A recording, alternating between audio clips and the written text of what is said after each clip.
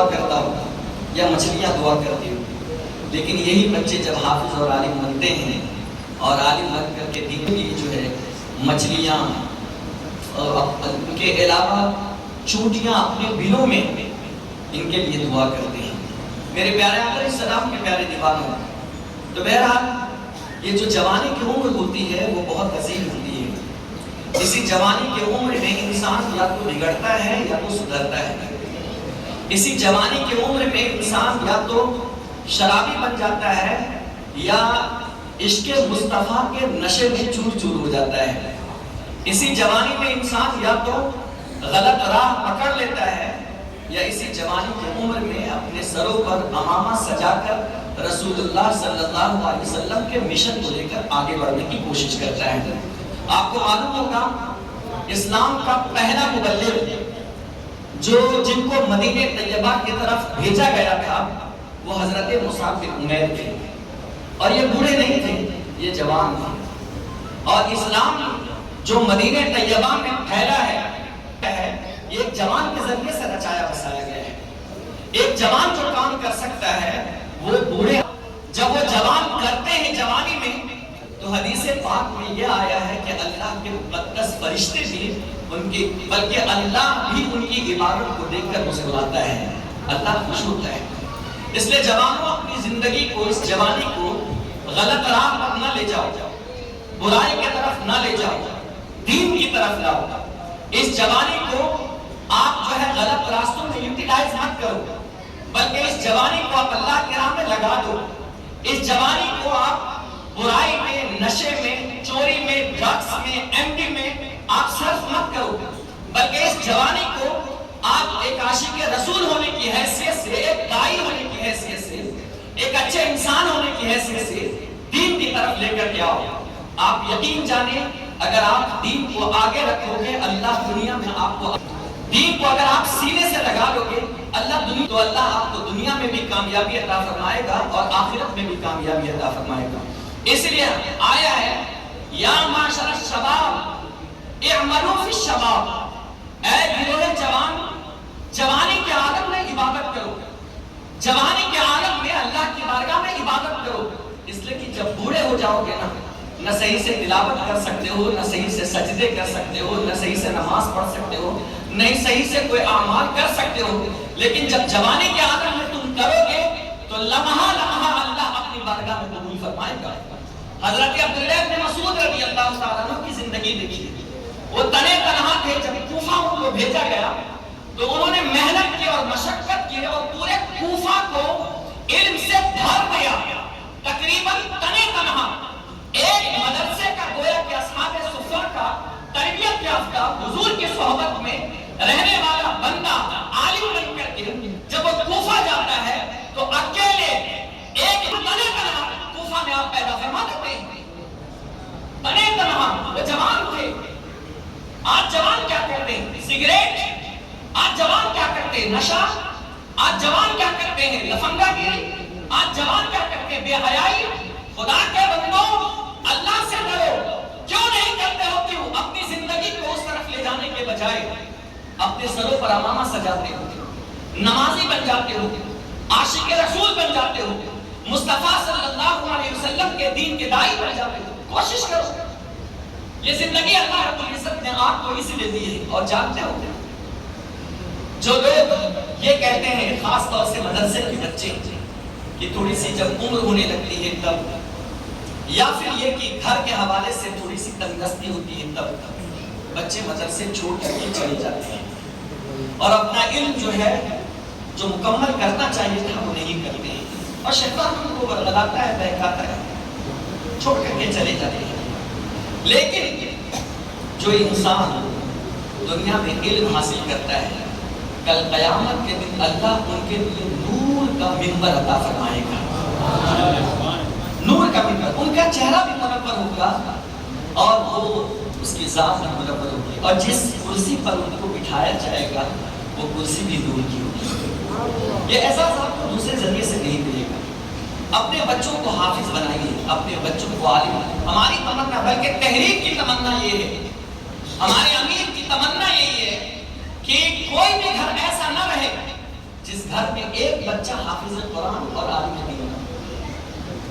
ہماری کوشش ہے الحمدللہ اس وقت پوری دنیا میں مختلف مقامات پر، مختلف جگہوں پر کوشش کی جا رہی ہے کہ مکاتب قائم کیے جائے، کوشش کی جا رہی ہے کہ مدارس قائم کی جائے، کوشش کی جا رہی ہے کہ جامعات قائم کی جائے، تاکہ ایسے فتن دور میں بچے اپنے سینے کو گناہ سے لبریز کرنے کے بجائے اپنے سینے میں قرآن مجید کو محفوظ فرما لیں۔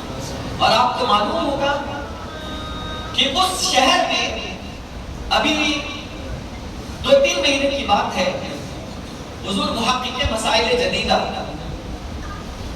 علامہ مفتی نظام الدین احمد برکاتی مصباحی صاحب قبلہ اطال اللہ عمرہ، ان کی صحبت میں بیٹھا ہوا تھا اور حضرت لندن کی سرزمین پر کسی پروگرام کے تحت یہاں سے گئے ہوئے تھے حضور امیر سنی دعوت اسلامی کے ساتھ۔ جس گھر پر آپ کو ٹھہرایا گیا تھا، آپ خود فرماتے ہیں کہ وہ جو پورا ماحول تھا وہ تحریک کا ماحول تھا، لیکن وہ کہتے ہیں ایسے ماحول میں جہاں لوگ ننگے رہتے ہیں، جہاں لوگ برائی کے دلدل میں پھنسے ہوئے رہتے ہیں، جہاں لوگ گناہ کرنے کو عار نہیں سمجھتے، لیکن حضور محقق مسائل جدیدہ نے یہ فرمایا کہ وہاں جہاں تحریک ہے وہاں میں نے یہ دیکھا کہ تقریباً ہفتے بھر میں تھا، ایک عورت کی بھی آواز ہمارے کانوں سے نہیں ٹکرائی،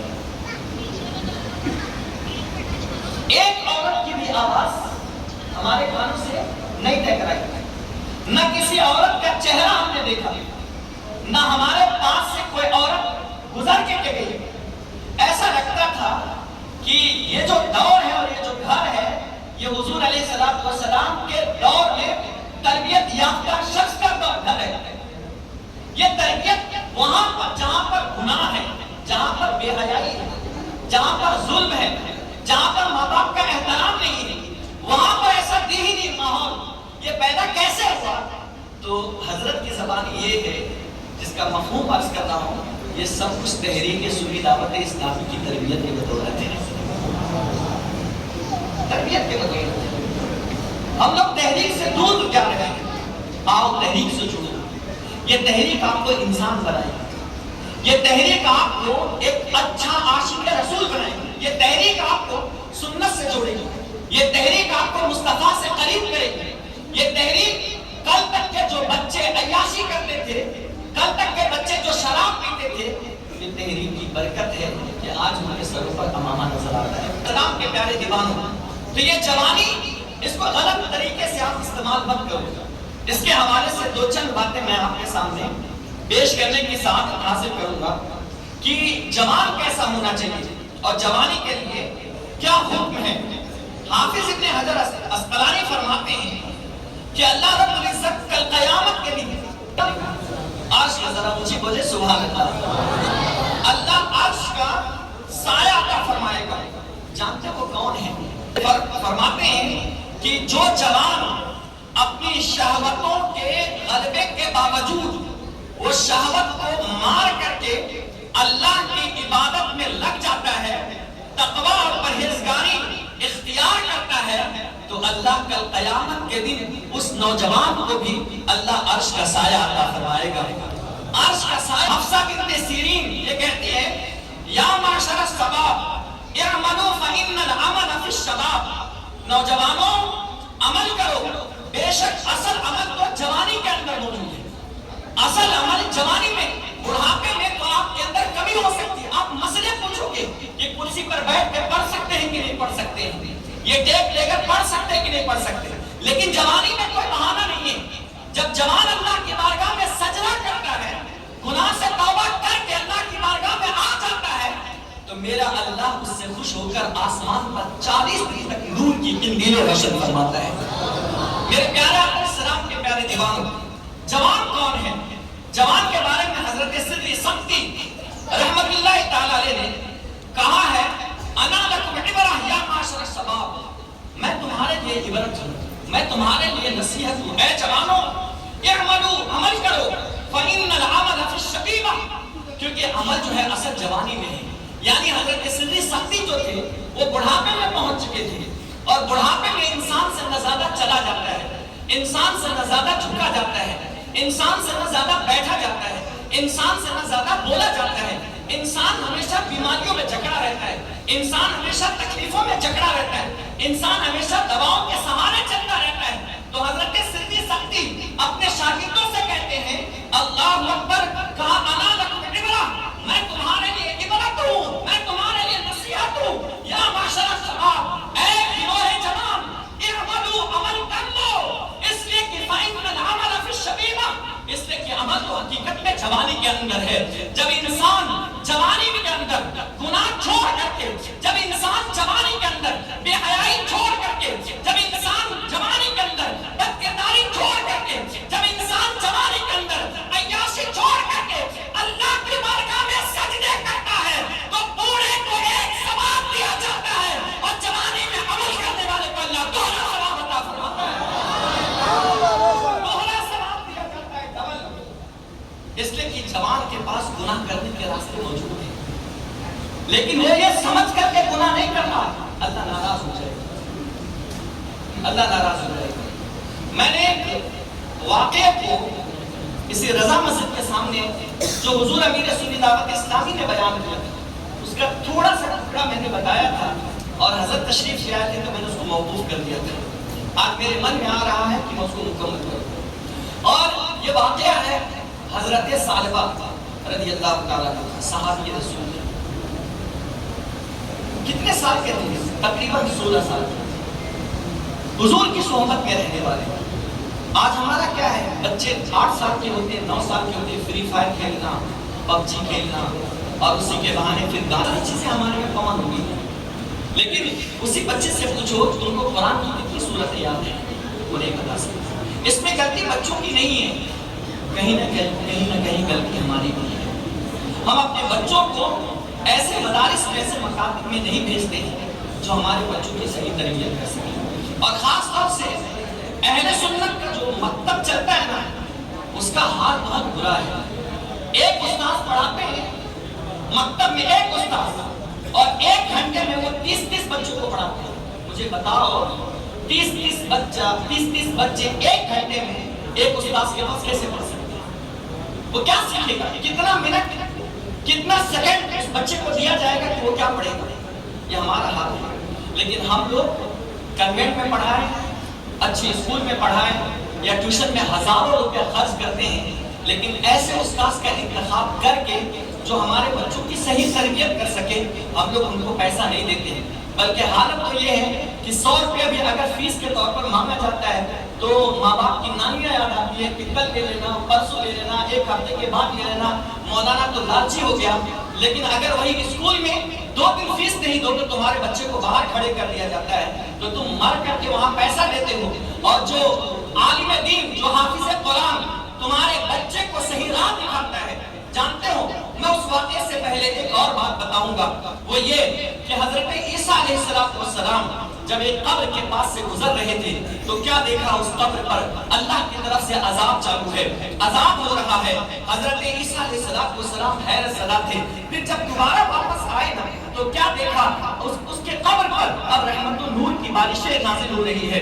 اللہ سے دریافت کیا، مولا اب جب میں گیا تھا تو اس وقت اس پر عذاب ہو رہا تھا، اور جب میں واپس آ رہا ہوں تو اس پر تو رحمت النور کی بارشیں نازل کر رہا ہے، وجہ کیا ہے؟